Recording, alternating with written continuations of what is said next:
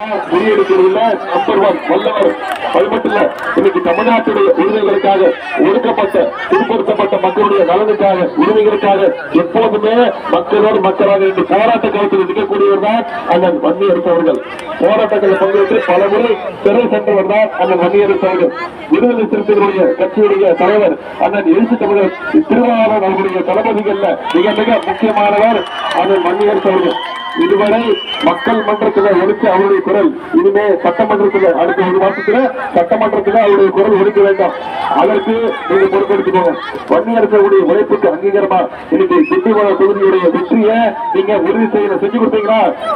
வன்னியரசு அவர்கள் நீங்க வெற்றி பெற வச்சீங்களா? இந்த திண்டிவனம் தொகுதியுடைய வளர்ச்சிக்காக நிச்சயம் உங்களுக்காக உழைப்பார்.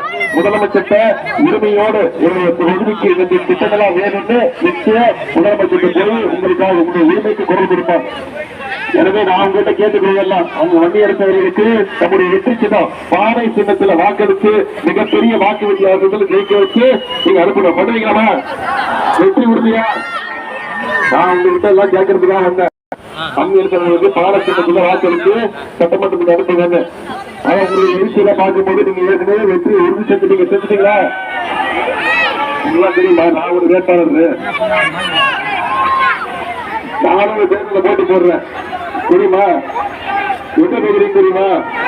சென்னையில சேப்பாக்க திருவள்ளுக்கு இன்னும் தொகுதி இருக்கு. 2வது முறையா தலைவர் அவர்கள் எனக்கு ஒரு வாய்ப்பு கொடுத்துருக்காங்க போட்டி போடுறதுக்கு. இது வரைக்கும் சேப்பாக்க திரும்பிக்கேன் தான். இது வரைக்கும் என் தொகுதிக்கு நான் ஒரு நாள் தான் போய் வாக்கு கேட்டுருக்கிறேன். இனிமேதான் போனோம். என் தொகுதிக்கு போகாம இங்க திண்டிவனத்துக்கு வந்து அண்ணன் வன்னியரசு அவர்களுக்கு பாட சின்னத்துல நீங்க எல்லாம் வாக்களிக்கணும்னு கேட்கறதா என்ன அர்த்தம்? எனக்கு என் வெற்றி வர அண்ணன் வன்னியரசுடைய வெற்றி எனக்கு மிக மிக முக்கியம். சேப்பாக்க திருவள்ளுவர் தொகுதியில சின்னத்துடைய வெற்றியை விட இங்க திண்டிவனத்துல பானை சின்னத்துடைய வெற்றி, அண்ணன் எழுச்சி தமிழர் திருமாவளவனுடைய பானை சின்னத்துடைய வெற்றி மிக மிக முக்கியம். செஞ்சு காட்டுங்களா? சேப்பாக்க திருவள்ளுவர் வெற்றியை விட இந்த தொகுதி வெற்றி மிகப்பெரிய வெற்றி அமையணும். நம்முடைய திராவிட மாடல் ஆட்சி அமைய போவது உறுதி. நிச்சயமா இன்னைக்கு 75 தொகுதிகள்ல பிரச்சாரம் முடிச்சு இன்னைக்கு சந்திக்க வந்திருக்கிறேன். போற இடம்லாம் மக்கள் மிகப்பெரிய வரவேற்பு எழுச்சி. எங்க போனாலும் என்ன சொல்றாங்க தெரியுமா? மீண்டும் நம்முடைய தலைவர் தான் முதலமைச்சராக உட்கார போறாரு. மீண்டும் திராவிட மாடல் 2.0 ஆட்சி அமைய போகுது உறுதி. அதுல இந்த திண்டிவனம் தொகுதியில வெற்றியை இன்னும் நம்ம உறுதி செய்யணும். அதற்கு இன்னைக்கு தேதி ஏப்ரல் 13, 23ஆம் தேதி தேர்தல். இன்னும் நம்முடைய கைகள்ல 10 நாட்கள் இருக்கு.